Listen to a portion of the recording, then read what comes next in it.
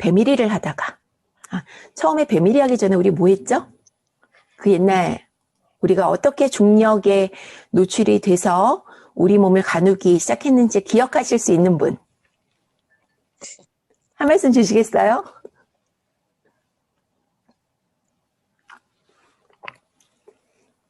모든 걸 기억하는 사람이 있대요. 엄마 뱃속에 그 뱃속 환경까지. 그것도 병이래네요. 기억 못 하시는 게 좋은 거예요. 잘 기억 안 나죠? 그런데 우리가 그래서 영하 발달이라는 걸 공부를 할 필요가 있더라고요. 우리가 중력하에 노출되어서 우리가 어떻게 이 중력에서 살기 위해서 우리가 노력을 했는지 어떻게 했을까요? 맨 처음부터 목을 잘 가눴나요?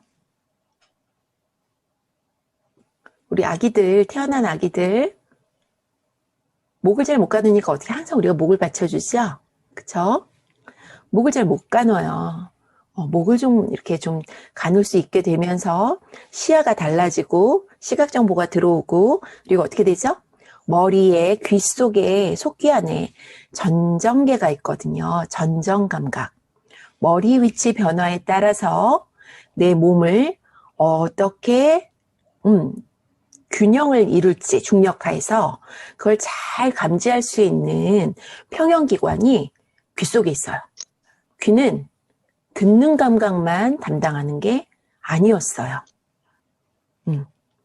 머리 위치 변화에 따라서 시각과 같이 협응해서 반응하고요. 그리고 머리 위치 변화에 따라서 내 몸통, 사지의 근육이 머리가 이렇게 변하면 몸통이 어떻게 반응해서 중심을 잘 유지해야 할까 하는 것들을 담당하는 기관이 우리 속귀 안에 있더라고요. 재밌나요? 머리 위치가 그렇게 중요한 거예요. 머리 위치. 항상 머리가 이렇게 삐딱해. 그러면 어떻게 돼요? 그 정보가 계속 오류로 나오겠죠. 어떻게 항상 중심을 잘 잡아야 돼요. 그리고 머리 위치를 자꾸 변화를 주는 그런 움직임을 자꾸 줘야 돼요.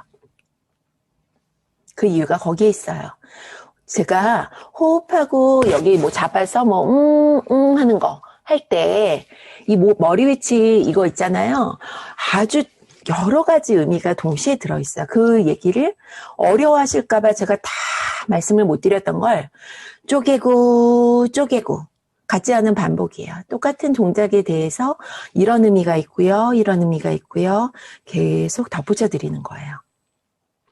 우리가 중력하에서 그렇게 내 몸을 잘 가누기 위해서 머리를 잘 움직일 수 있는 목을 가눈다는 그 기능이 얼마나 중요한 건지 우리 아기들은 알고 있어요. 그렇게 중력에 노출이 돼서 그렇게 목을 가누고 나니까 팔꿈치로 지지를 하게 되고요. 그 다음에 손바닥 지지를 하게 됐어요. 그리고 나서는 뭘 하게 되냐면 배밀이를 해요. 배밀이. 기기 전에 어떻게 했죠? 기억 하나도 안 나시는 표정들이세요.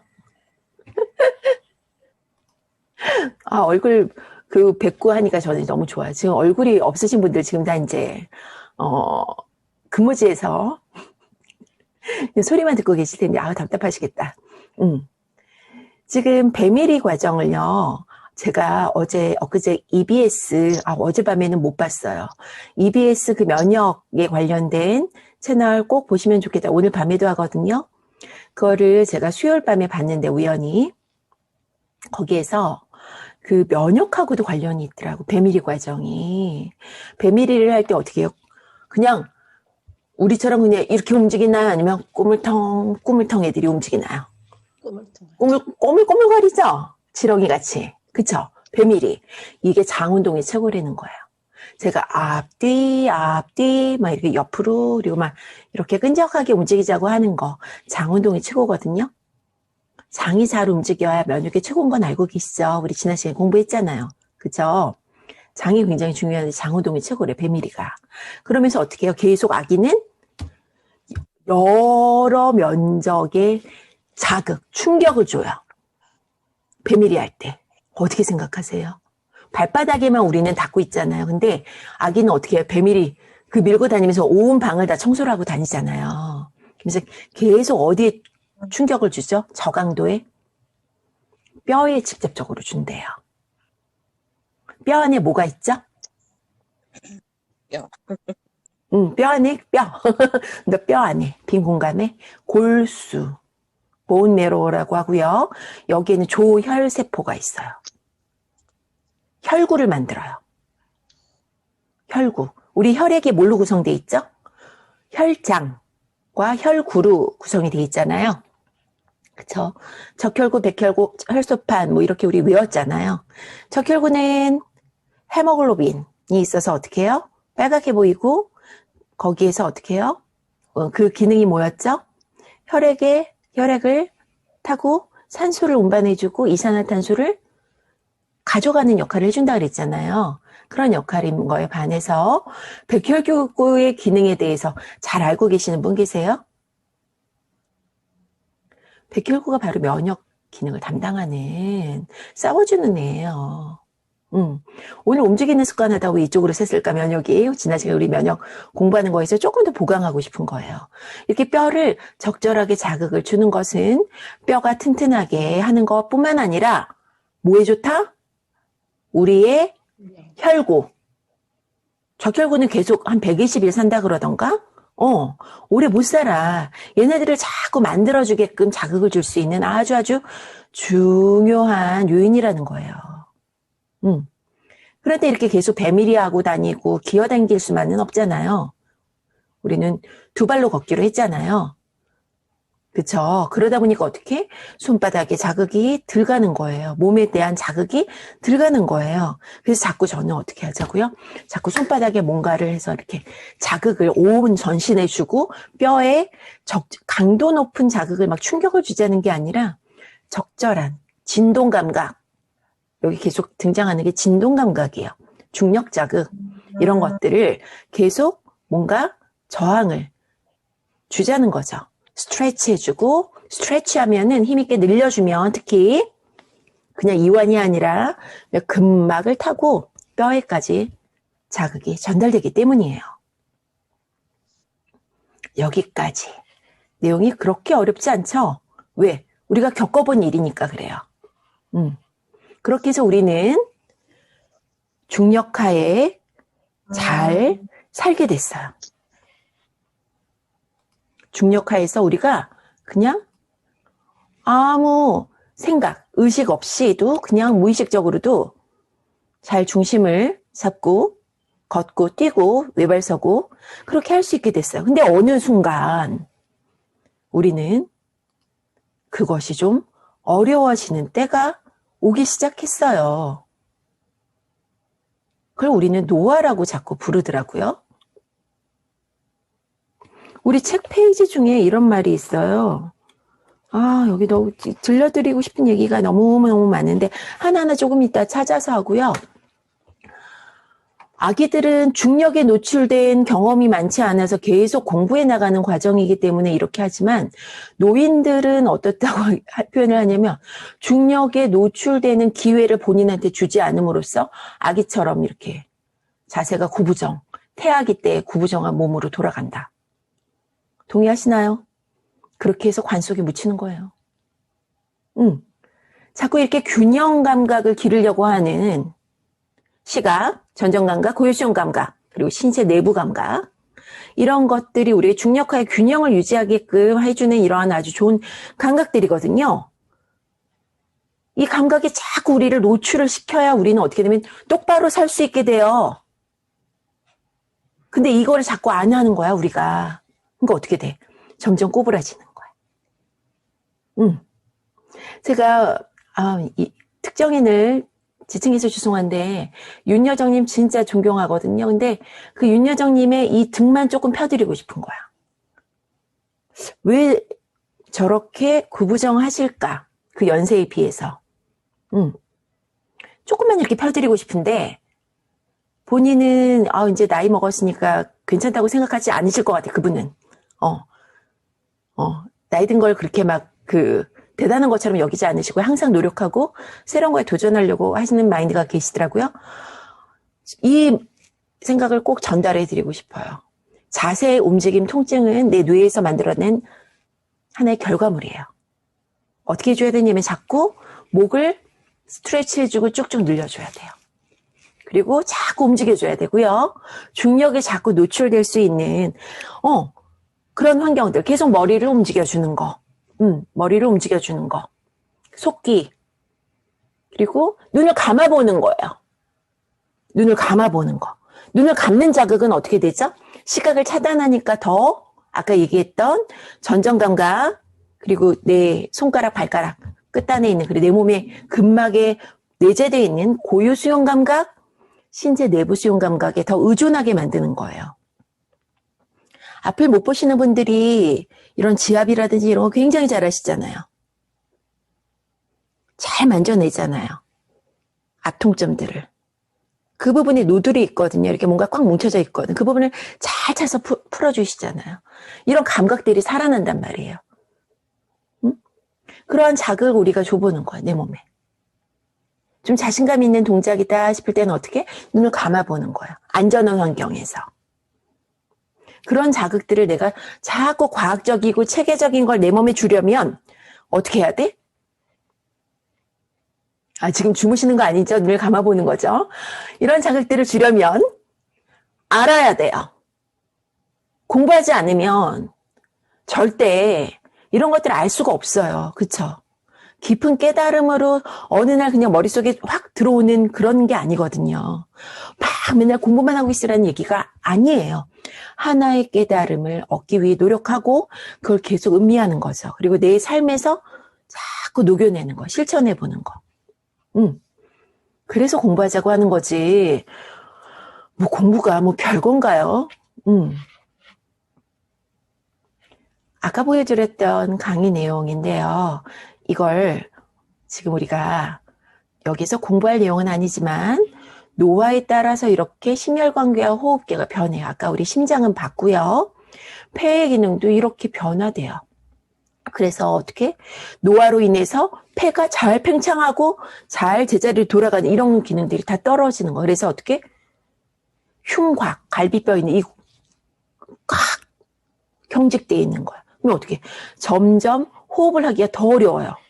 호흡기 근육들이 있다 그러죠. 횡격막뿐만 아니라 이 늑골 사이에서 이걸 팽창시켜주는 그런 근육들도 다 사라지고 호흡기에 대해서 중추신경 활동에 대한 민감성, 이 말은 뭐냐면 내가 이산화탄소가 이만큼 쌓이면 그 다음에 우리가 어떻게 해요? 호흡 충동이 온다 그랬잖아요. 화학 수용체에 의해서 그런 기능들이 소통이 다 떨어지는 거야. 그럼 어떻게 해보세요? 지금 같이 한번 해볼게요. 충격을 한번 줘볼게요. 화학 수용체 유연성을 위해서. 어떻게 한다? 숨을 입은 다물고 코로만 쉴 거예요. 숨을 내쉬어요. 코를 완전히 내쉬고 코를 잡아요. 숨을 참습니다. 참으면서 어떻게? 목을 자꾸 움직여주세요. 그러면 미주신경이 너무 과해요, 최학래님. 미주신경이 활성화될 정도로. 그러면 어떻게? 심박수가 떨어지고 호흡수가 떨어지면서 더 오래 참을 수 있어요. 참아봐요. 참을 수 있는 만큼. 최대로. 벌써 나왔어. 놓으시면 어떻게 해요? 입으로 들이마시지 말고 코로. 코가 뻥. 코가 뻥. 그러면서 코가 청소가 되는 거예요. 이렇게 코를 자꾸 숨을 쉬어줘야 어떻게 여기에 염증이 생기지 않을 수 있다. 우리 지난 시간에 배웠을 거예요. 그쵸? 근데 그냥 코를 숨 쉬어야지 하고 입만 다문다 그래서 이게 잘 안 되는 이유가 우리가 어떻게 코에 연구개가 있는데 코와 입호흡하고 요 왔다 갔다 하는 걔가 딱딱해져 있을 가능성이 높거든요. 안 썼기 때문에. 그거를 좀 자극 줄 수 있는 아주 좋은 지금 훈련 방법이고요. 또 하나, 지금 한 거 숨을 참아보세요. 이런 거. 이런 것들은 위험한 게 아니에요. 화학 수용체의 유연성을 한번 자극을, 유연성을 높이기 위한 자극인 거고, 숨을 참았을 때 우리가 자꾸 무거운 거 들거나 아니면 힘을 쓴다거나 이러면 위험할 수 있어요. 왜 혈압을 높여서 아니면 다른 어떠한 우리 근막적인 근육적인 그런 문제로 허리 디스크라든지 배꼽 탈장이랄지 그 요실금이랄지 이런 식으로 문제를 야기할 수도 있는 거지. 지금 잠깐 우리가 이렇게 호흡을 컨트롤을 해보는 거, 이거는 이런 우리가 자극을 받지 못한 거에 대해서 자극을 줄 수 있는 아주 좋은 방법이기도 해요. 폐가 한번 크게 팽창될 수도 있는 그런 아주 좋은 기회를 우리가 줄 수 있는 거거든요. 지금 여기 보시면 질문이 있는데요. 네네. 만약에 감기라든가 이렇게 걸려서 코가 막혔다고 쳤을 때 방금처럼 코를 막고 목을 움직이는 살랑살랑 움직이는 행위를 했을 때도 코가 혹시 뚫릴까요? 감기가 걸리면 우리 코감기 걸리면 우리 일단 뭐부터 하나요? 약을 먹죠. 네, 코감기약 네네. 먹죠. 코감기약. 네, 네네. 코감기약 먹죠. 코감기약의 특성이 뭔 것 같아요?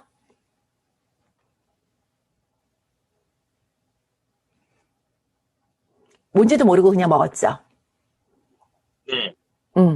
그게 치료약일까요? 아니면 증상 완화제일까요? 증상 완화제. 어떻게 증상을 완화할까요? 전체적으로 뭐 열이 있다면 열을 내리거나 음.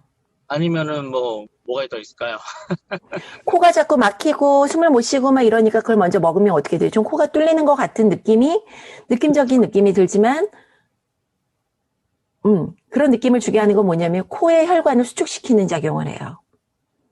이게 코가 충혈돼서 이렇게 부풀어 오르는 거를 갖다 이렇게 꽉 수축시켜서 꼭 그 코가 이제 코 막힌 게 좀 해소된 것 같은 느낌을 줄 뿐이지, 이게, 그 코 막힘을 완전 해결해 주는 건 아니거든요. 코가 그렇게 막혔다. 그러면 요즘에는 뭘 많이 하죠? 제가, 추웠네. 코 세척제. 약국에 요즘에 많이 팔아요.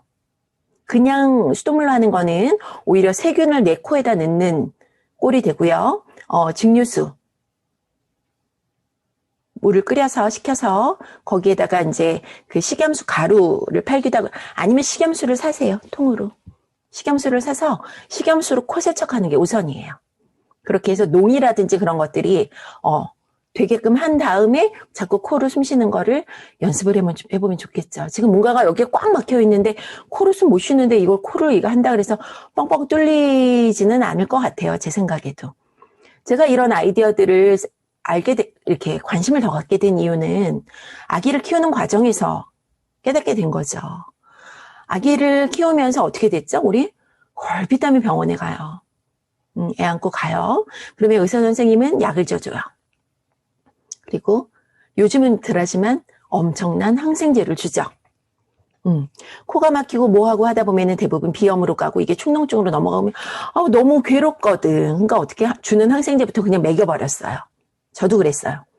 그러다가 제가 아이를 키우다가 도저히 이거는 안 되겠다 싶어서 제가 사표를 쓰고 어디로 갔냐면 사이판으로 갔어요. 거기에서 병원을 가려면 어떻게 되는 줄 알아요? 의사 한번 보면 100불이에요. 아무것도 안 해도. 근데 만나면 이 의사는 어떻게 하는 줄 알아요? 약 안 줘요.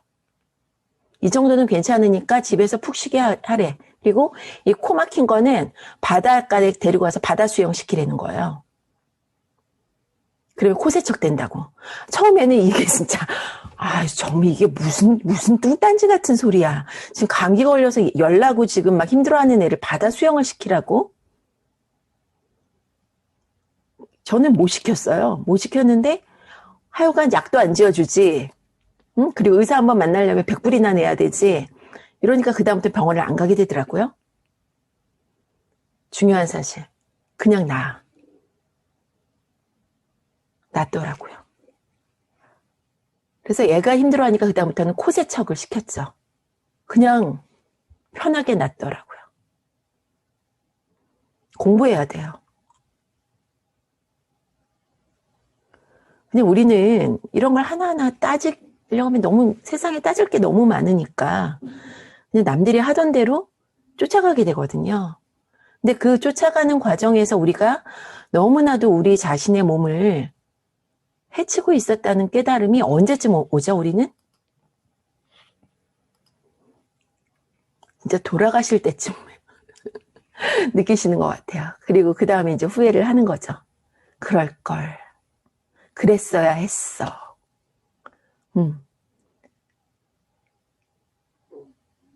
그 깨달음을, 그 지혜를 좀 제발 나눠주세요. 젊은이들에게. 그렇게 아프다고 애달복달 병원에 갈 필요가 있었을까? 그런 깨달음들 지금 있으시잖아요. 그쵸? 그거였어요. 지금 근육 기능인데요. 지금 이 어려운 얘기를 제가 다 드릴 수는 없고요. 그림 하나만 보여드릴게요. 뭐냐면 우리 근육은요. 신경이 자극을 주었을 때 우리 근섬유들은 반응을 해서 수축합니다. 그런데 지금 이거는 골격근이에요. 골격근 중에 이렇게 조그만 애들이 있고요. 큰 애들이 있어요. 단위가. 신경 하나가 지배하는 근섬유세 이렇게 큰 애들은 자극의 세기가 커야지만 동원이 돼요. 근데 얘네들이 어떻게 잘라보니까 어떻게 섞여 있어요. 근육에 하나로만 이루어진 게 이렇게 섞여 있어, 비율이.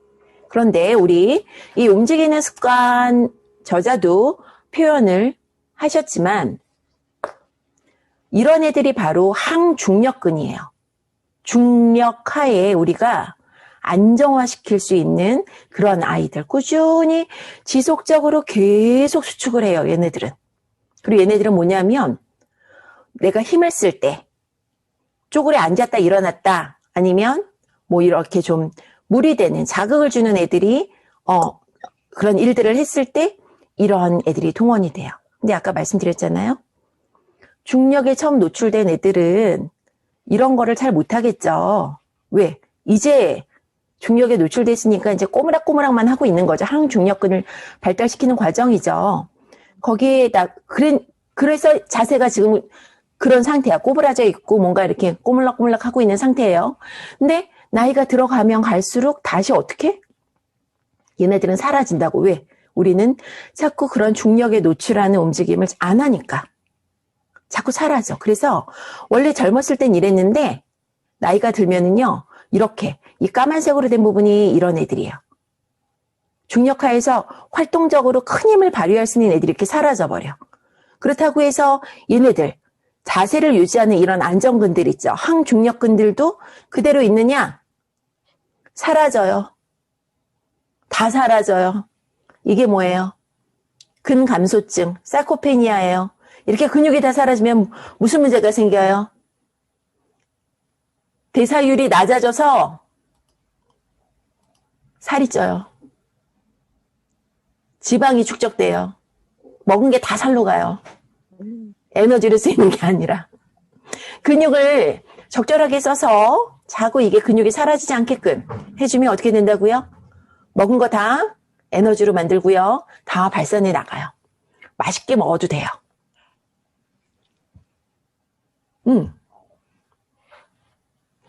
그리고 중요한 건 뭐냐면 우리 등허리 부분에 있는 근육 그리고 허리 부분에 있는 근육들도 이형 비율이라고 아까 우리 큰 힘 이런 좀 나한테 좀 버거운 일이야 하는 것들을 자꾸 해줄 때 얘네들이 자극이 되는데 얘네들이 자극이 잘 안 되니까 어떻게 자꾸 사라져.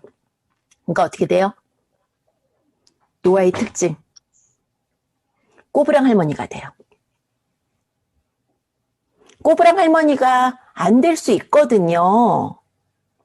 주변에 보면 나이 들었다고 다 꼬부라지는 게 정답인가요? 아닌 분들 많죠? 응?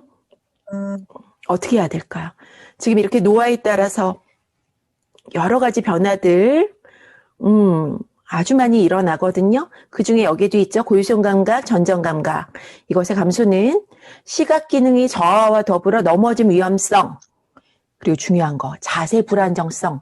불안하니까 두려우니까 어떻게 더 웅크려요. 그리고 더 안 움직여요. 그러니까 어떻게 돼? 계속 악순환의 고리를 돌다가 이렇게 다시 태어날 때처럼 꼬부랑 돼가지고 관 속으로 들어가는 거예요. 근데 그게 운명이고 숙명일까? 절대 아니에요. 인간은 인간답게 펴고 돌아가실 수 있어요. 우아하게. well aging, well dying을 할 수 있다가 저의 신념이고요. 저의 목표는 well dying이에요. well aging은 지금 잘 가고 있는 것 같고, well dying. 지금 이러이러한 시각, 청각에서도 변화 있고, 전정계의 변화, 머리 위치 및 머리 운동 감지하는 기능, 균형 조절, 감각 제공, 이렇게 다 우리는 이론으로 이런 것들을 배우거든요. 이런 변화들이 있다, 뭐 이런 거를, 어르신들은 이래. 그러니까 이걸 좀 알고 운동 지도할 때 이렇게 해야 돼. 하고 저는 지도 교육하는 선생이고요. 근데 중요한 건 뭐냐면 학생은 제가 말하는 거에 10%도 못 알아들어. 왜? 경험을 해본 적이 없기 때문에. 그러니까 이게 어르신들한테 전달이 안 되는 거예요. 어떻게 해야 될까? 제 마음을 어떻게 먹었다고요? 안 되겠다. 어르신들한테 직접 공부를 시켜야겠다. 왜? 당사자는 가장 간절하기 때문에 공부를 제일 잘해요. 동기유발이 그렇게 중요한 거예요. 그래서 늦은 때는 없어요. 노화로 인해서 넘어짐 위험성이 증가되는 이유에 대해서 말씀드릴게요. 시력이 감소되죠, 점차. 저만 해도 지금 잘 안 보여요. 가까이 있는 것도 잘 안 보이고, 먼 거는 원래 잘 못 봤고. 근데도 안경 안 껴요. 왜? 그냥 이 상태로 다른 감각에 좀 의존을 해보기로 저는 결심을 했는데, 이건 저의 실험이니까 따라하지 마세요. 단지 그래서 밤에 운전을 잘 안 하려고 해요. 눈에 들어가는 빛이 감소돼서 그렇대요. 시력이 감소되는 이유에는 색인지도 감소되고 눈부심이 증가돼서 자꾸 이렇게 너무 밝은 것이 힘든 거예요. 밝고 어둠에 대한 적응에 필요한 시간도 증가되고, 그래서 이런 것들을 주의하자 저는 강조를 드려요. 실내에서도 너무 센 빛보다는 살짝 조명을 조정을 해주라고 그렇게 말씀드려요. 청력도 감소되잖아요, 어르신들. 고주파 소리를 잘 못 들어요. 그래서 어떻게 하냐면 중저음에. 제 목소리가 좀 낮죠? 이거는 제가 살기 위해서 제가 적응이 된 결과예요. 왜? 어르신들이랑 소통하려면 이 목소리가 최고거든. 그거 어떻게 해야 돼요? 제가 바꿔야지. 고주파 소리를 잘 못 들어요. 그런데 어르신들이 제 목소리는 굉장히 잘 들으세요. 너무 느리지도 빠르지도 않게 또박또박 중저음으로. 중요한 건 뭐냐면 어르신들이 차라든지 자전거의 접근을 잘 알아채지 못해서 굉장히 위험하다는 거.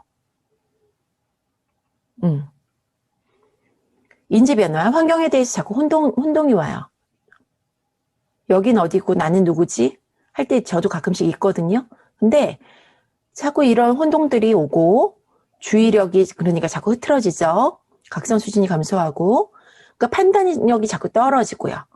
근데 이런 어르신들한테 자꾸 환경의 변화를 주고 막 뭐 앉았다가 일어섰다가 막 그러면 이거 계속 그냥 앉아서 운동하다 갑자기 일어서라 그러고 일어서다 갑자기 앉고 이렇게 되면 어떻게 되면은 그런 동작들을 하다가 지치는 거예요. 이런 것들을 플로우라고 하죠. 물 흐르듯이 누웠다가 앉았다가 섰다가 자연스럽게 다시 또 앉는다든지.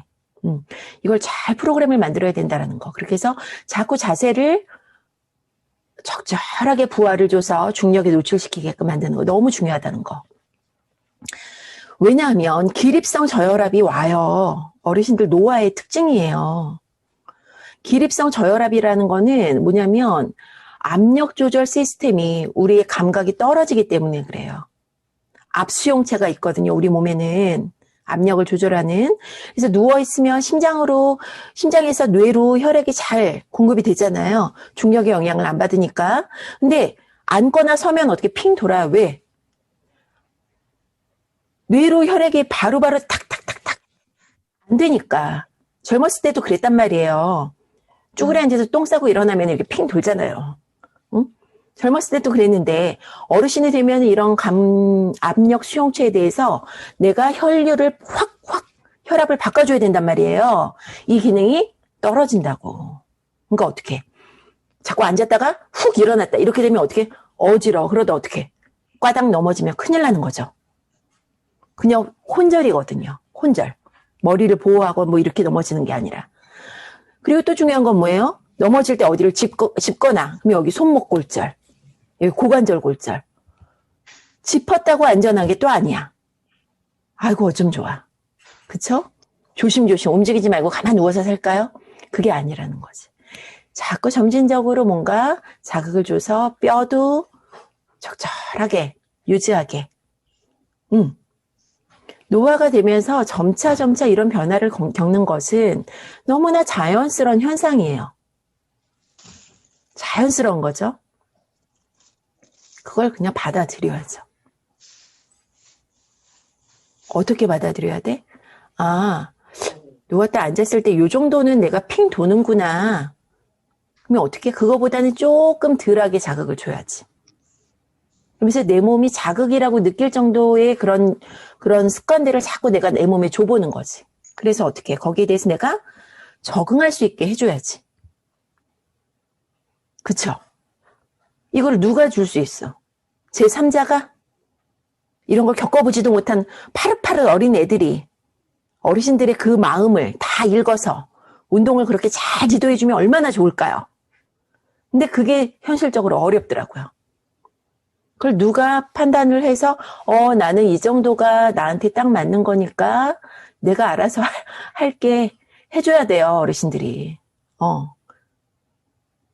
그걸 소통을 해야 젊은 친구들이 어떻게 해요? 아, 어르신을 지도할 때는 요런 스케이지, 요런 것도 있구나. 하고 어떻게 공부가 되는 거죠. 그리고 지도할 때 조금 더 조심을 할 수 있게 되는 거죠. 안 그러면 사고로 그냥 바로 연결됩니다. 심리적 특성의 변화 중에 제가 자료를 찾다가 이 말이 너무 무서웠어요, 저한테도. 노화, 질병에 대한 공포, 두려움. 가난과 책무에 대한 두려움, 변화와 불확실성에 대한 두려움, 자꾸 새로운 기기, 문명은 발달하고 근데 나는 거기에 못 쫓아가고 있는 것 같고 정신병, 내가 치매는 걸리는 거 아닌가? 지금도 깜빡깜빡하는데 큰일 나지 않을까? 자유와 정체성, 존엄성 상실에 대한 공포, 오죠 당연히. 죽음에 대한 공포, 그리고 가장 마지막에 무서웠어요. 학대와 무관심에 대한 공포. 이게 굉장히 거창해 보이지만 집에서 투명인간이 될 수 있어요. 그쵸? 잘 안 들리고 안 보이고 해봐요. 밥 먹으면서 같이 대화 나눌 수 있어요? 제가 저희 엄마한테 가장 화내는 게 뭐냐면 식사할 때 보청기 안 끼고 나오는 거. 그 말은 뭐예요? 대화를 할 시간이 없는 거예요. 귀찮다고 안 끼고 나와. 그러면 저는 어떻게 해야 돼요? 소리를 질러야 돼. 그러다가 귀찮으면 어떻게 돼요? 저도 입을 다물게 되죠? 그래서 어떻게 보면 보청기를 꼭 끼시라고. 그게 자꾸 청각 자극도 돼야 되기 때문에 청신경이 살아있게 하기 위해서도 보청기 중요한 거고요. 혼자 있을 때 끼기 싫으면 누군가 같이 있을 때는 무조건 끼라고. 왜? 들어야 될 거 아니에요. 소통을 해야 될 거 아니에요. 안 그러면 어떻게 돼요? 당연히 투명인간 취급 당하죠. 그걸 누가 줘야 돼요? 자신이 해줘야 돼. 자기를 위해서. 정신 차려야 돼요. 정말 죄송한 말씀인데 저희 엄마한테 자꾸 그 얘기해요. 우리 정신줄 놓지 말자고. 정신 똑바로 차리자고. 좀 귀찮고 힘들고 그래도 어떻게? 자꾸 나한테 주는 자극을 놓지 말자고. 그래야 어떻게 해요? 나에 대해서 완전히 자각을 하게 되고 온전히 자존감이 유지되고요. 자기 효능감. 저는 이걸 가장 중요한 거라고 생각하거든요. 개인이 일정 수준의 목표 달성을 위해 해야만 하는 행위, 고군분투하는 우리 뭔가가 있잖아요. 행위를 조직하고 실행하는 능력에 대한 믿음이에요. 나는 할 수 있다. 가장 강력한 행동 수행의 매개거든요. 이 자기 효능감이 떨어지면요. 그건 삶이 아닌 거예요. 노예의 삶이지. 남이 시키는 일이나 하면서 남이 좋다는 거 쫓아가면서 그러면서 어떻게 해요? 그냥 그게 최고인 것처럼 그냥 권력에 복종을 하게 되는 거죠. 요즘엔 TV 프로그램에 그런 식으로 복종을 하잖아요. 콜라겐을 먹더라고요. 많이 드시더라고요. 아우, 어제도 콜라겐 광고 보는데 나도 솔깃해. 이 피부 이게 장벽이 무너지니까 먹으래. 2주 먹었더니 막 이게 막 살아났대. 와, 먹어야 되나? 그냥 웃어요. 아, 에, 이, 오, 우. 그리고 어떻게 자꾸? 씹기. 껌을 하루에 2시간 이상 씹으래요. 2시간 정도? 씹기가 안 되면 그게 우리가 코호흡 하는 데 도움이 되고 하악, 이 입 구조에도 아주 좋고요. 예뻐져요. 막 여기가 넓어지는 게 안 예쁜 게 아니에요. 뼈가 사라지지 않게끔 얼굴에 있어서도 그렇게 자극 줄 수 있는 아주 중요한 수단인과 동시에 얼굴 근육을 계속 움직이니까 어떻게 된다고? 얼굴 근육의 근막 슬라이딩, 그 존에서 히알루론산을 분비하는 세포가 발견됐어요. 히알루론산도 먹으라 그러대요. 히알루론산은 우리 몸에서 만들 수 있어요. 질 좋은 움직임을 통해서. 보톡스를 맞지 말고 어떻게 하자? 자꾸 움직여주세요. 이제 여태까지 우리가 공부해왔던 것들이 좀 연결이 되시나요? 한 말씀 해주시겠어요?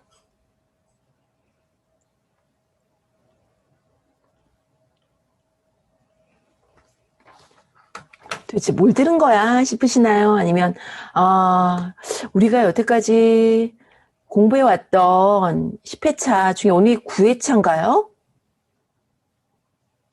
다음 주는 쉬고 마지막이에요, 이제 거의.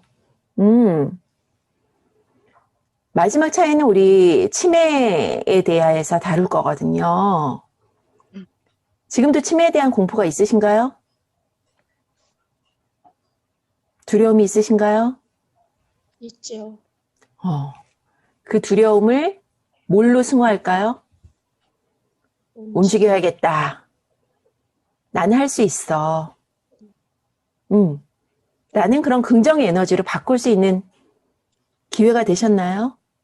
노력하고 배우고. 그렇죠.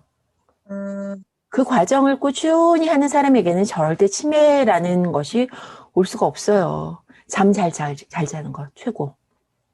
뇌가 쉬어줘야 돼요. 잘 쉬어줘서 잠자는 동안에 뇌에 있는 찌꺼기들이 잘 청소가 돼야 돼요. 림프 청소될 수 있는, 뇌에 림프 청소될 수 있는 가장 좋은 죄송해요. 물 드세요. 가장 좋은 시간이 잠자는 시간이기 때문이에요. 휴식하는 시간이기 때문이에요. 움직이는 습관 계속 움직이라고 하지만 잘 쉬어주는 것도 그만큼 중요하고요. 우리 조금 쉬었다가 10분 정도 쉴까요? 쉬는 시간 안 드리면은 안 돼. 15분에 만나서 제가 이 책을 잘 정리해드린 내용 한 챕터씩 제가 읽어드리도록 할 거예요. 굉장한 깨달음이 있었거든요. 그 내용들을 쭉 읽어드리고 그리고 우리의 느낌을 나눠보는 시간 갖도록 할게요. 네, 잠시 쉬었다 뵙겠습니다.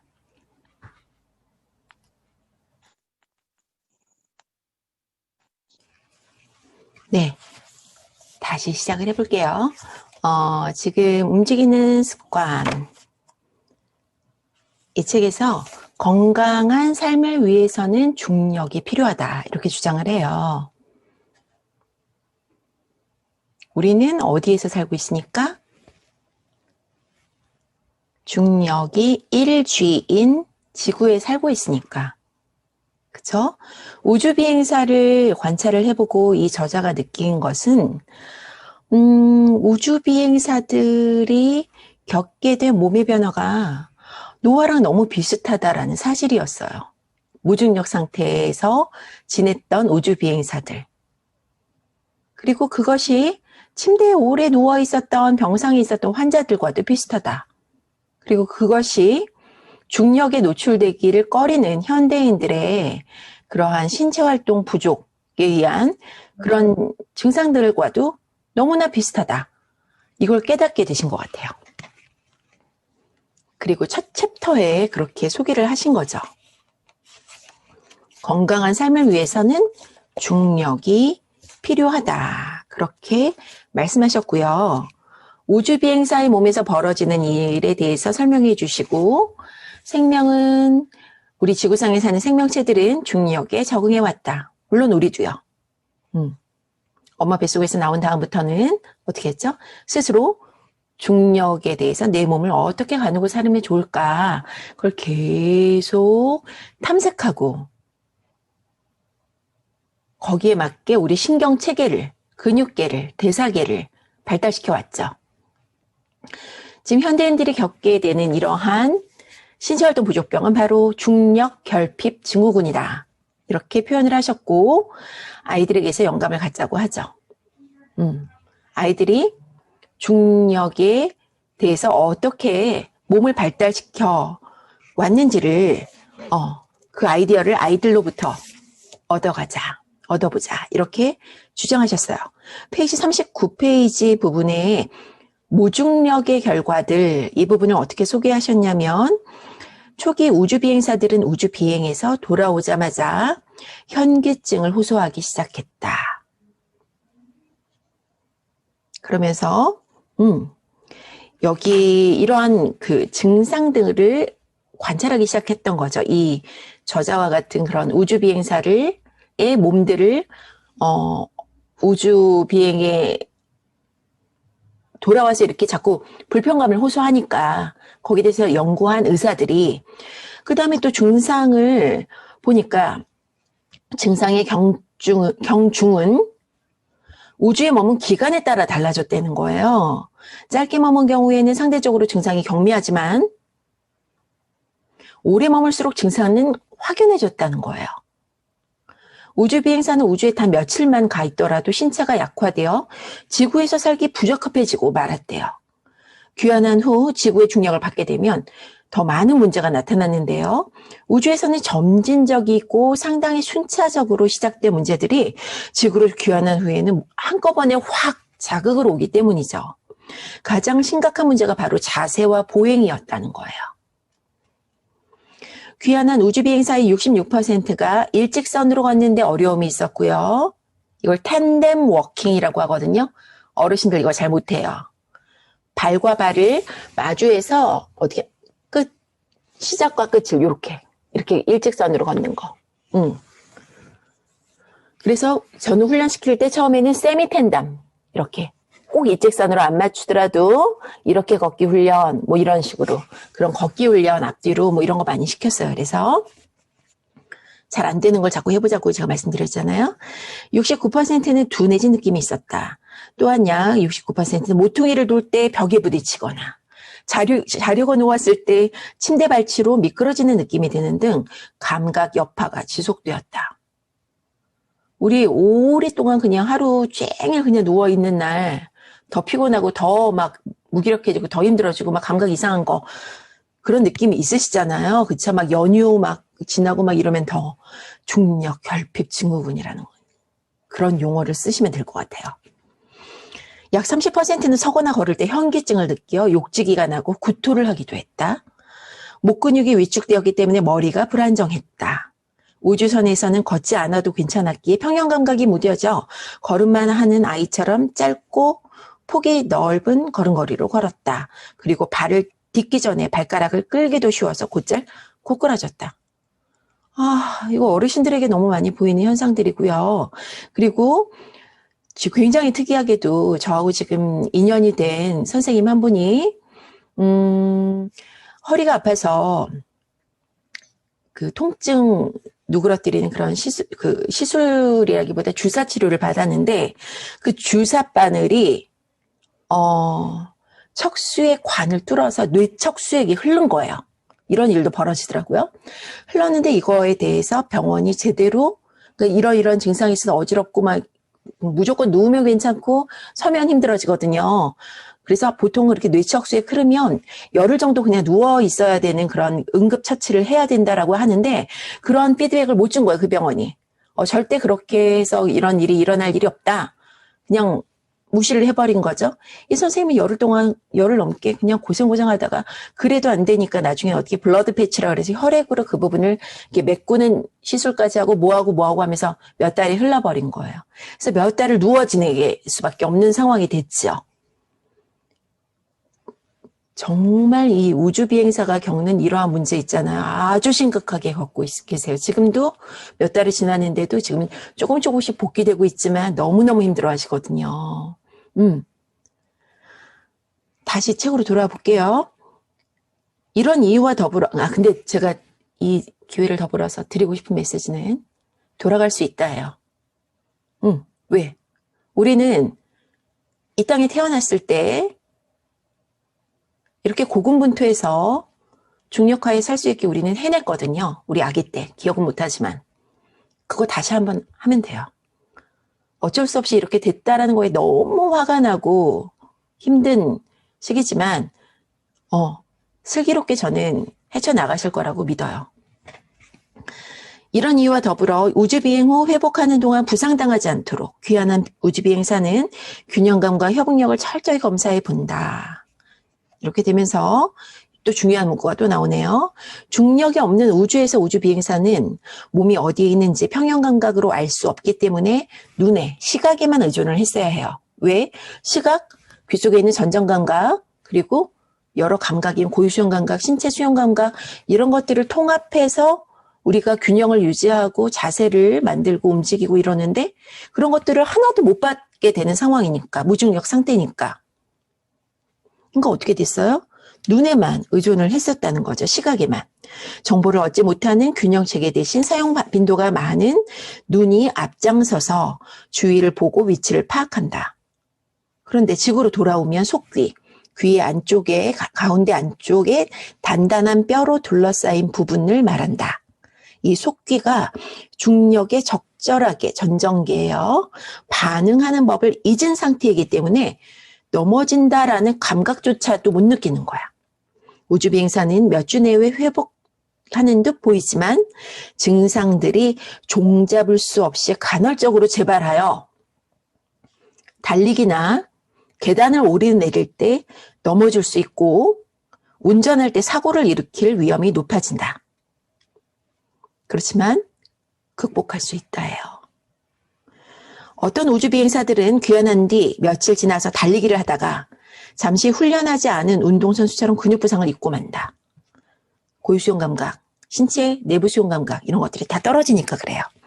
우리는 몸이 약해졌을 때 느리고 완만하게 운동을 늘려나가야만 부상을 피하고 건강을 되찾을 수 있다는 사실을 알고 있죠. 우주비행사들은 능숙한 지구인으로 수십 년을 살았으면서도 몸이 중력 속에서 사는 법을 벌써 잊어버렸음을 알고 깜짝 놀란다. 아주 쉽게 잊어버린다는 거죠. 우리 몸은 자극을 안 받으면 14일 동안 우주비행을 하면 회복에 필요한 시간은 우주에서 지낸 하루마다 약 하루가 걸린대요. 우주에서 3개월 이상 머물면 2.5배가 또 더 걸린대요. 우주에서 수개월 동안 지내면 뼈와 근육 같은 일부 신체 조직은 우주에서 보낸 시간이 2.5배보다도 더 오랜 회복 시간이 필요하대요. 근데 우주에서 지내는 이런 거랑 가장 비슷한 게 뭔지 아세요? 누워 지내기, 앉아 지내기래요. 그래서 이걸 비교한 도표가 있어요. 이게 표가 이렇게 제시가 돼 있어요. 여기다 카메라에다가 표가 있는데 제가 표를 좀 읽어봐 드릴게요. 우주에 있는 우주비행사의 신체 변화 메모하셨어요? 그리고 지구에서 노화로 생기는 신체 변화를 비교했는데요. 유산소 능력이 감소되고요. 혈장량이 감소되고요. 골밀도 감소, 근육량 감소, 근육 무기력, 태아처럼 곡선 모양 자세가 된다. 웅크러진다는 거예요. 구부정한 자세. 비정상적 반사 패턴이 생긴다. 피로도가 증가한다. 심장 박동량과 박출량이 감소한다. 동작과 반응 시간 감소하고요. 근육이 체지방으로 바뀐다. 인슐린 감수성이 감소한다. 당뇨에 걸리기가 쉬운 거죠. 테스토스테론이 감소한다. 관절에 통증이 느껴진다. 지구로 귀환한 후 발바닥이 예민하다. 모든 걸 다 통증으로 받아들이게 돼요. 소화가 잘 안 되고 소화관 통과 시간 및 흡수가 느려진다. 우주비행 후 여성은 요실금이 발생할 수 있다. 와, 이것은 몸져 놓은 사람들에게서 흔히 나타나는 특징들이다.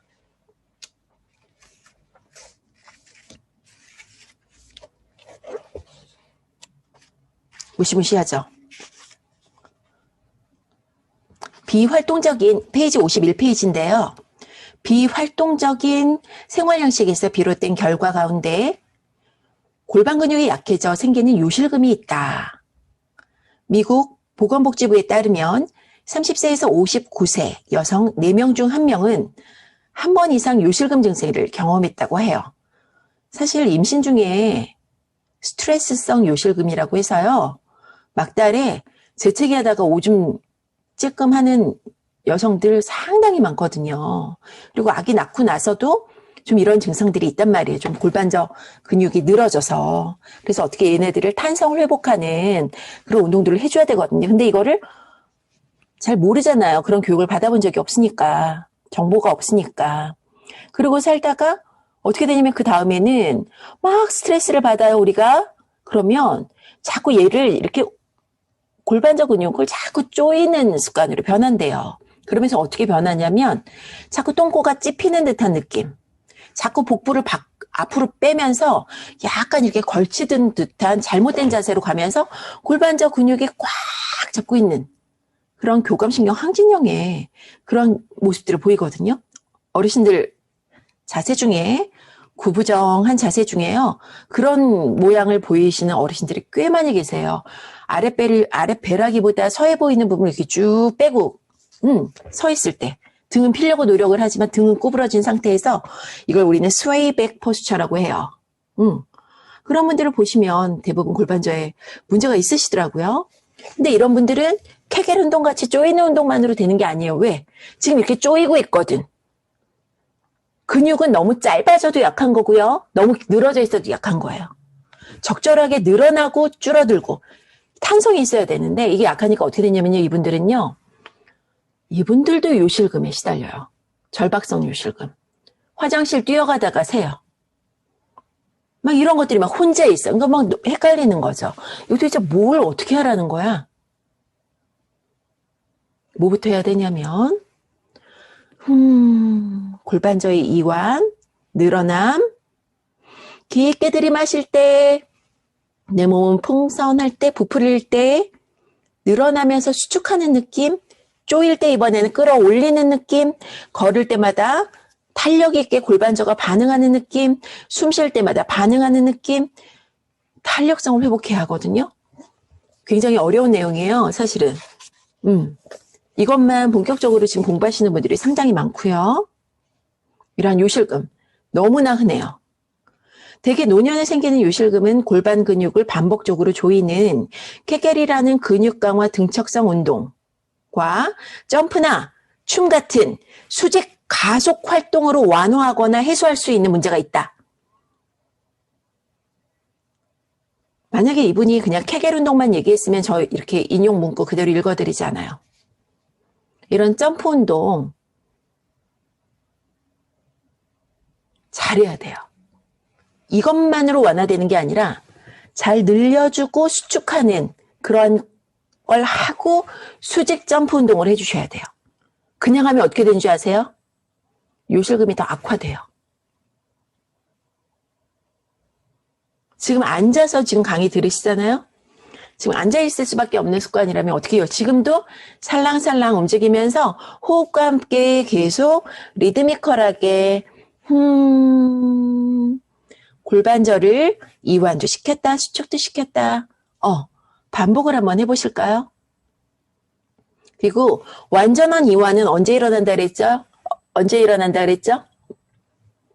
오줌 열 때, 똥 눌 때, 아기 낳을 때, 그쵸? 들이마실 때 이완이 아니에요. 들이마실 때는 팽창 수축이에요. 스트레치 된 걸 수축하는 거예요. 내쉴 때는 구심성 수축. 들이마실 때는 약한 강도로 원심성 수축. 내 몸은 풍선. 내쉴 때는 구심성 수축이에요. 그러면 도대체 언제 이완하냐고. 수축 말고 들이마셨다가 내쉴 때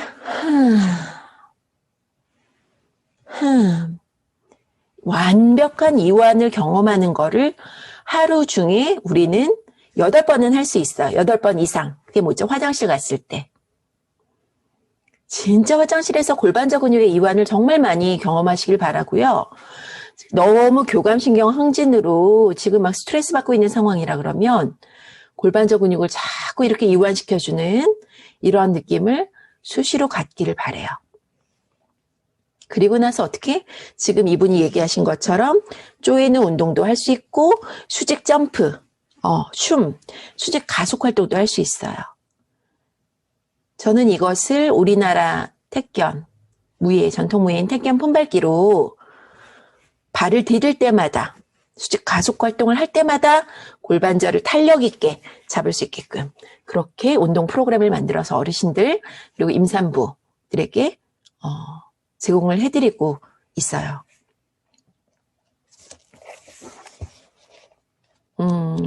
그리고 아이들에게서 중력을 이용하는 방법을 많이 배워야 한다. 57페이지 무렵에 있고요. 이유가 뭐든 어른이 되어서도 계속 즐겁게 놀면 안 될까? 아이들처럼 놀면 안 될까? 셰익스피어는 노년기가 두 번째 유년기 같다고 말하며 이가 없고 눈이 없고 미각이 없고 모든 것이 없을 뿐이라고 날카롭게 지적했대요. 노년기는 유년기와 비슷하다. 아기는 중력을 경험한 적이 없고 노인은 중력을 더 이상 쓰지 않는다. 중력이 존재하지 않는 우주에 살든 중력의 효과가 줄어든 침대에 계속 누워있든 중력을 사용하지 않고 살아가든 결과는 모두 같다. 무서운 얘기를 하고 있죠. 파트 2. 우리가 꾸준히 움직여야 하는 이유. 여기서 과도한 편리함을 경계하자. 진동, 몸 떨림 효과. 이 진동, 몸 떨림 효과는 제가 트라우마 시간에도 말씀드렸죠. 동물들이 두려움을 떨칠 때 이용하는 방법. 일상의 습관에서 이런 진동, 몸 떨림 효과가 부들부들 떠는 거에만 있는 게 아니라 수직으로 그냥 앉았다 일어나기 이것만 해줘도 이 진동 감각이 전해진다라는 거죠. 근막을 통해서. 그리고 지금 살랑살랑 이렇게 움직여도 마찬가지예요.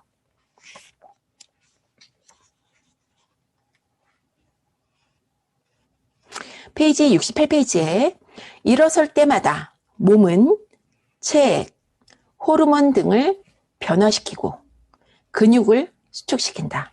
게다가 거의 모든 신경이 자극된다. 생활하는 동안 하루 종일 작고 강도가 낮은 동작을 많이 해야 한다. 중력을 이용하는 동작들.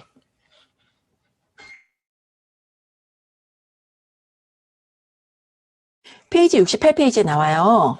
운동을 많이 하라는 얘기가 아니다.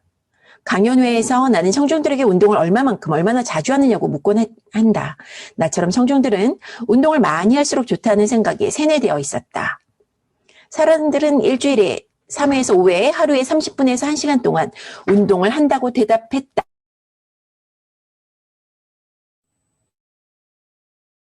아마 저를 아시는 분들은, 제 강의를 들었던 분들은 이분의 생각이 저하고 너무 똑같다는 거에서 지금 웃음이 나오실지도 몰라요. 그러면 나는 이렇게 묻는다. 나머지 23시간 동안은 뭘 하시나요? 그러니까 잠을 7시간, 8시간 잔다고 하면 나머지 15시간, 16시간은 뭘 하시죠? 그러면 언제나 불안 섞인 작은 웃음이 들린다. 나는 사람들이 생각하는 소리를 들을 수 있다. 또 지겨운 말을 하려고 하네. 운동 더 하라는 거지? 아유, 난 바쁘단 말이야. 나는 작가야. 글을 써야 돼. 아, 난 바빠. 애 키우기가 얼마나 힘든데. 저 여자는 아마도 애도 없을 거야. 저 사람은 결혼도 안 했을 거야. 지 맘대로 살 수 있으니까 저런 소리 하지.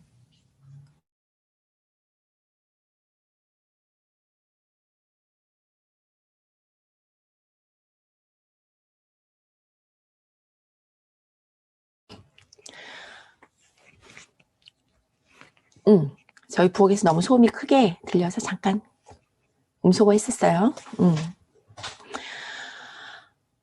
과연 그럴까요?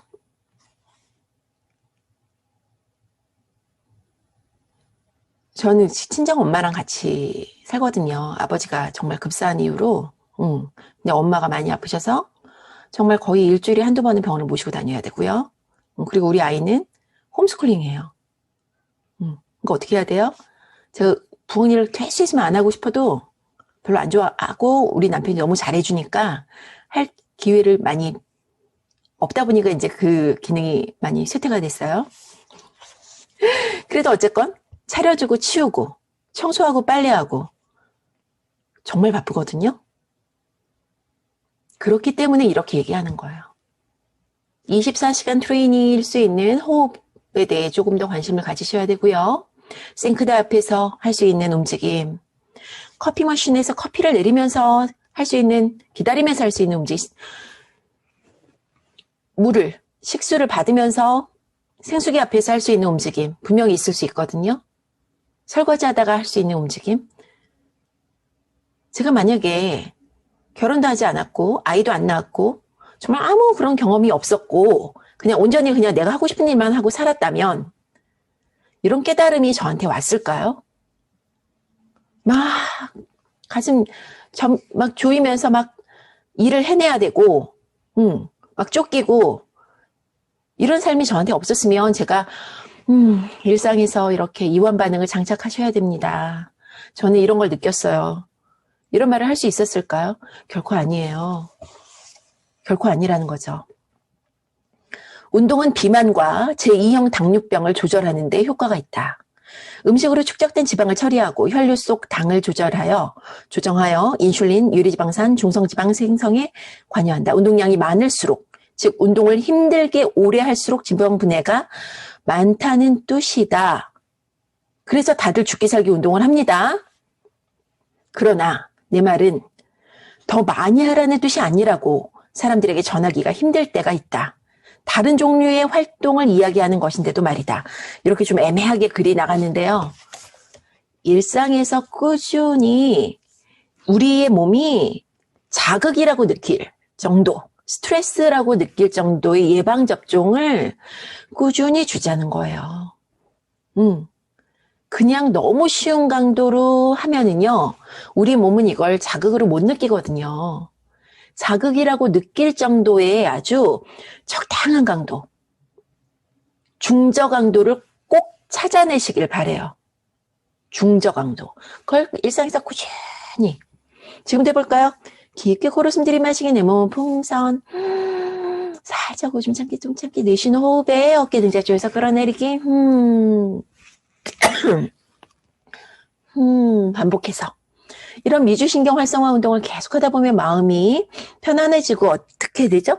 정서적으로 안정감이 오고 뭘 하고자 하는 마음이 생겨요. 마음이 생겼을 때 어떻게 조금 더 강도를 높여가면서 내 몸에 좋은 선물을 주자. 될 수 있으면 수시로 다양하게. 페이지 72페이지에 또 있어요. 중력을 이용한 활동으로 미토콘드리아. 우리 조금 전에 공부했는데 기억나시나요, 최한근님? 미토콘드리아, 내 몸 세포에서 에너지를 만드는 에너지 공장. 미토콘드리아 및 지방산 산화 과정의 유전자 발현이 일어나도록 하여 안정근 세포, 아까 우리 항중력근이라고 말씀드렸어요. 끊임없이 수축해서 우리 몸을 잘 유지해주는 그 빨갛게 보이는 그 근육, 그것의 기능 장애를 간단히 고칠 수 있다고 지적한다. 어떻게 하자고? 이렇게 수시로 중저 강도의 움직임을 계속 내 몸에 줘서, 즉 미토콘드리아를 강화하고 산화 능력을 늘리고 피로에 대한 저항성을 키운다. 왜? 미토콘드리아에서 ATP, 내 몸의 에너지를 만들어내니까. 그래서 산소를 그만큼 소모했기 때문에 ATP를 만든 거거든요. 그래서 산소 섭취량, 최대 산소 섭취량으로 유산소 능력을 측정하는 거라고 아까 말씀드렸잖아요. 이걸 높일 수 있는 방법이 꼭 운동화 신고 뛰어나가야 된다? 그럴 필요 없다예요. 여력이 있으면 거기까지 해주면 정말 좋겠다. 그렇지만 베이스 0번은 뭐라고요? 집에서 즐길 수 있는 중저강도의 활동들, 움직임, 이것을 운동으로 꼭 즐기시기 바래요. 한 가지 더 좋은 뉴스 드릴까요? 신체 활동이 지나치게 많은 사람은 사실 너무 많이 앉아 지내는 사람처럼 유전 정보를 담고 있는 DNA를 보호해주는 뚜껑 있죠? 텔로미어가 짧대요. 운동 강도가 무조건 좋은 게 아니라는 거예요.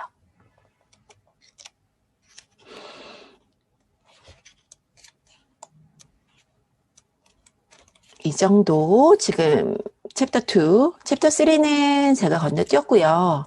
챕터 4, 조직적인 운동보다 매일 하는 작은 활동이 먼저다. 동의하시죠? 건강과 운동에 관한 단계별 인식, 운동 대신 몸을 변화시키는 중력 자극법에 대해서 좀 더 관심을 가질 필요가 있다고 여기서 말씀하시고요. 챕터 5에서는 오타가 있구나. 특정 질환에는 중력이 치료 도구가 될 수 있다. 이렇게 얘기를 하고요. 뇌 손상을 예방하고 극복하는 방법. 그리고 마지막으로 척수 손상 환자들은 중력에 굶주렸다. 이렇게 제목을 붙여주셨는데 이 부분은 너무 중요해서 제가 좀 읽어드릴게요. 또 다른 중력 결핍 증후군의 흔한 사례는 척수 손상 혹은 뇌나 신경장애로 마비가 된 사람들이다. 목과 등을 지나는 척수는 단단한 척추뼈로 보호되며 뇌와 몸 사이에 정보를 주고받는 신경들이 있다. 마비된 환자들은 중력에 둘러싸여 있기는 하지만 사실 중력 때문에 휠체어에 못 박혀 있다. 괄호하고 그렇게 써주셨어요. 외상 부위 아래쪽, 손상받은 아래쪽에 팔다리를 늘낄 수가 없죠. 우리 슈퍼맨 기억나시나요? 그 부분, 휠체어 생활하시는 그분. 경추 2번인가 1번인가를 다쳤기 때문에 호흡 능력도 떨어져 있어요. 그 결과 어쩔 수 없이 활동이 줄고 하반신을 사용하지 못하므로 체중을 떠받치는 다리, 엉덩이, 척추 아랫부분에 가해지는 자극이 부족해진다. 그런데 이분들이 상체 운동만으로도 상체를 조금 쓰실 수 있는 분이라면 기절하는 증상들을 중력에 적응할 수 있게끔 함으로써 그런 것들을 고칠 수 있다는 사실도 밝혀졌다. 이렇게 표현을 해요. 이렇게 목이라든지 머리 움직임, 상지 움직임만으로도 귀 속에 가속도를, 중력을 이렇게 감지해내는 속귀의 이런 중력 감지기를 자극할 수 있다. 이렇게 표현을 하시거든요. 그러면서 단절된 몸을 유지하기 2편에서는 중력은 몸의 기계적 자극으로 작용한다. 척수 손상 환자들은 잘 낫지 않는 다리 골절이 생기기 쉬운데 그 이유는 다리로부터 감각을 잘 느끼지 못하기 때문이라고 표현하시죠. 그래서 계속 이런 진동 감각 이런 것들을 주는 것이 중요하다. 이렇게 얘기를 하세요. 그래서 마지막에 뭐라고 강조하시냐면 나오는 글에 우주 연구에서 강조하는 것은 빈번하고 강도가 낮고 간헐적인 움직임을 종일 경험할 때 우리 몸이 중력 자극 신호를 가장 잘 감지하고 반응한다는 사실이다. 이 책은 조직적이고 격렬한 운동을 하루에 한 번만 하면 나머지 시간에 활동하지 않아도 괜찮아. 아, 나 지난주에 골프 쳤어. 아, 나 지난주에 등산했어. 아, 나 어제 달리고 왔어. 얼마나 바보 같은 소린지 이해하시겠죠, 이제? 주제는 간단하다. 지구에서 튼튼하게 살고 싶다면 다양한 활동을 하루 종일 1년 365일 이어나가자. 성공은 마음가짐에 의해 좌우되며 그 마음가짐은 건강을 지키겠다는 바람에서 우러나와야 한다. 내 몸은 내 책임이다. 국가나 보험회사나 의사의 책임만이 아니다. 아픈 뒤에야 건강해지겠다고 결심하지 말고 이제 행동하자. 이렇게 끝마무리를 짓고 계세요. 중력 효과가 좋은 활동의 8가지 원칙 제가 정리해봤어요.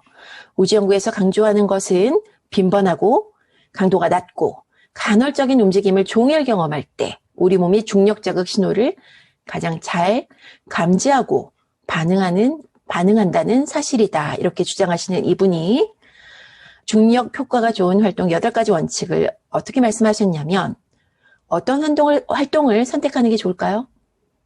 다양하게. 얼마나 해야 할까요? 하루 종일. 얼마나 많이 해야 할까요? 습관이 중요하다. 내 몸이 자극이라고 느끼고 반응할 정도. 그래서 adaptation. 적응이 일어나면 또 스트레스. 그러다가 못하는 경우도 물론 있어요. 그러면 어떻게 돼요? 못하면 사라져요? 사라집니다. 그러면 다시 하면 그게 아주 또 좋은 자극이 될 수 있거든요. 포기만 하지 않으면 돼요.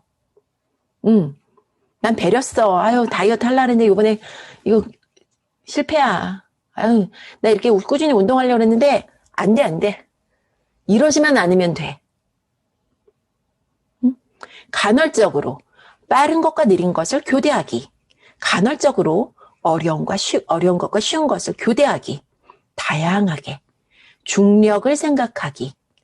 그리고 마지막, 눈을 감고 하기. 안전한 환경에서. 어떤 활동이나 운동을 눈 감고 하면 중력의 영향이 커져서 우리가 균형을 잡을 때 속귀, 전정 감각을 느끼는 전정계 대신에 시각에 얼마나 의존하는지를 깨닫게 돼요. 그리고 고유 수용 감각을 또 눈을 감으면 더 느끼기 쉽다고 아까 말씀드렸고요. 다음으로 멀미가 심한 사람이라면 눈을 감고 몸을 움직이고 자세를 바꾸는 습관 덕분에 나중에 멀미가 덜할 것이다. 사실이에요. 저는 멀미가 굉장히 심하기 때문에 될 수 있으면 버스로 이동을 안 하고 자가 운전하는 걸 더 즐기고 그래요. 내가 운전하면은 이 감각들에 대해서 내가 통제하니까 멀미를 안 하잖아요. 그러는데 굉장히 심했던 이런 멀미가 이렇게 훈련을 통해서 조금씩 나아지고 있어요. 힙 힌지로 앉아서 깊게 코로 숨 들이마시기, 내 몸은 풍선. 내쉬는 호흡에 어깨 등짝 조여서 끌어내리기. 쭉 손바닥 발바닥 뻗어내면서 일어납니다. 다시 깊게 코로 숨 들이마시기. 이렇게 제가 만들어낸 일상에서 계속 꾸준히 줄 수 있는 아주 효율적인 중력 활용 운동법, 그리고 체중심을 이동해서 이렇게 택견 품밟기 동작을 이용해서 균형 능력을 높여줄 수 있는, 그리고 아까 요실금 말씀드릴 때도 말씀드렸지만 이렇게 탄성 회복을 위한 운동법을 만들어서 보급하는 이유. 제가 알게 된 걸 삶으로 녹이고 이걸 많이 전달드리기 위해서 저는 그렇게 재밌게 살고 있어요. 전정 안구 트레이닝, 임과 동시에 지금 시선 자극, 머리 회전에 맞춰서 거기에 한 가지 더는 뭐냐면 전정, 척수, 몸통 트레이닝이 될 수 있게끔 전정 안구 트레이닝과 함께 베스티뷸러 오큘로모터 트레이닝과 더불어 베스티뷸러 스파이널 그 척수 신경로, 그렇게 해서 좀 더 익스텐서, 몸을 피는 근육들을 더 자극 줄 수 있게끔 내 몸이 균형에 대항해서, 그러니까 중력에 대항해서 균형을 잘 유지할 수 있게끔 하는 그러한 운동 방법이 무엇일까? 이걸 꾸준히 연구하고 있어요. 균형 능력은 시각, 전정 감각, 고유 수용 감각, 그리고 신체 내부 수용 감각의 협응으로 이루어지기 때문에 중력하에 살고 있는 지구인, 지구 생명체. 더군다나 네발기기를 포기하고 두 발로 제대로 서겠다고 진화해온 우리 인간을 위해서는 도대체 어떠한 움직임이 좋을까를 계속 연구하고 그리고 그걸 나누는 일을 꾸준히 해오고 있고요. 마지막이에요. 지금 이 인형 예쁜가요? 멋지죠? 지금 이 인형 뭐 같아요? 많이 봐왔던 명화 속 한 장면이죠? 왜 밀레에 모였던 것 같은데 내가 제목이 기억이 안 나는데 혹시 기억나시는 분 계신가요? 갑자기 또 이렇게 기억이 안 나네요. 저희 엄마 닭종이 작품이에요. 뒤에도 보이죠? 닭종이 작품이고 상도 받으셨다고 제가 말씀드렸잖아요. 여러 번 받으셨어요. 2인형도 만들었고 2인형도 만들었는데 어떻게 제목을 지으면 좋을까 물어보시길래 이거 어때요? 노동하는 여인들, 운동하는 여인들. 매번 우리는 신체적 자극을 이런 식으로 구정하게 주죠. 이 신체적 자극의 방향을 반대로 주는 것이 바로 우리는 운동이 아닐까요? 다양성을 주는 것이. 이런 운동을 했다면, 이런 노동을 했다면, 자꾸 이렇게 잡는 노동을 했다면, 움켜쥐는 노동을 했다면 반대되는 펴주는 그런 자극을 주는 것이 바로 운동이 아닐까요? 우리 몸을 구획지어 포장하고 온몸을 연결해주는 근막이라는 것이 있다고 했죠. 이 근막은 길이가 늘어나는 자극을 받을수록, 장력을 받을수록 탕탕탕탕탕탕탕 진동 감각, 스트레치 감각 그걸 받을수록 더 그 세포에 직접적으로 영향을 줘서 섬유화세포에서 콜라겐을 더 합성해내요. 그리고 그런 자극에 의해서 어떻게 배열이 막 엉겨붙지 않고 쫙 배열이 예쁘게 만들어지고 탄성이 생겨납니다. 내쉬는 숨에 더 쭉쭉 늘려주는 거예요. 들이마실 때는 또 들이마시는 그 자극에 의해서 또 늘어나는 자극을 받고요. 이걸 계속 내 몸에 준다면 림프순환이 원활해지고 근막에 분포한 감각 수용체들이 우리의 뇌를 행복하게 자극을 해줄 거예요. 그러면 어떠한 감정이 생깁니다. 하고자 하는 정서가 생겨요. 그러면 어떻게? 조금 더 주세요. 그런 자극들을 내 몸이 즐겁게 즐기는 거죠. 그렇게 된다면 근육의 특성 이렇게 나와 있어요. 여기서 말하는 근육은 우리 보통 골격근을 지금 지칭을 하는데요. 학생들한테 지도할 때 excitability, 흥분한다 근육은, 그리고 수축한다, 짧아지기도 하고 길어지기도 해요. extensibility, 길어지기도 한단 말이에요. elasticity, 탄성을 갖는다. 근육은 이래야 강하다고 우리는 얘기를 해요. 강한 근육은 짧아진 근육이 아니에요. 늘어져 있어도 약하고 짧게 단축되어 있어도 약해요. 강한 근육은 자극, 신경 자극에 의해서 잘 흥분할 수 있어야 하고 민감하게 반응할 수 있어야 하고 소통이 잘 되어야 하고 잘 수축하고 잘 늘어나고 탄력성이 있어야 강한 근육이라고 합니다. 이러한 탄력 있는 몸을 갖고 싶지 않으신가요? 그 해결책이 뭐라고 얘기를 하죠?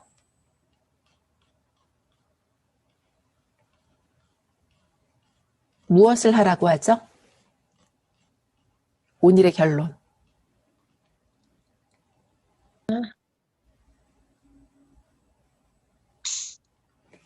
운동, 운동이란 무엇이죠? 움직이는 거. 움직이는 거. 어떻게 움직이는 거? 모든 저기 다 이렇게 평상시에 내가 겪지 않는 거를 해주는 거. 내가 잘 안 되는 부위를 찾아서 나의 위크 포인트, 약한 지점을 찾아서 집중해주기. 나를 위한 선물이죠. 그걸 우리는 계속 해줄 수 있어요. 숨쉬기는 우리 잠잘 때도 하거든요. 제일 좋은 호흡 운동을 평상시에 해서 밤에 주무실 때 수면 무호흡증 뭐 이런 거 겪지 않게끔 해야 되겠죠. 그래야 뇌가 청소가 잘 된다고 아까 말씀드렸잖아요. 뇌 청소. 치매가 두렵다면 어떻게 하셔야 된다고요? 치매가 두렵다면 내가 할 수 있는 일에 집중해서 최선을 다해서 노력하셔야 돼요. 잘 주무셔야 돼요. 운동이란 바로 그런 것이죠. 나에게 주는 좋은 선물, 좋은 자극. 그래서 내 몸이 알아서 거기에 반응해서 뭔가 재정비할 수 있게끔 아까 그 자극? 내가 이게 부족하구나. 반응해서, 재정비해서 적응해 갈 수 있게끔 꾸준히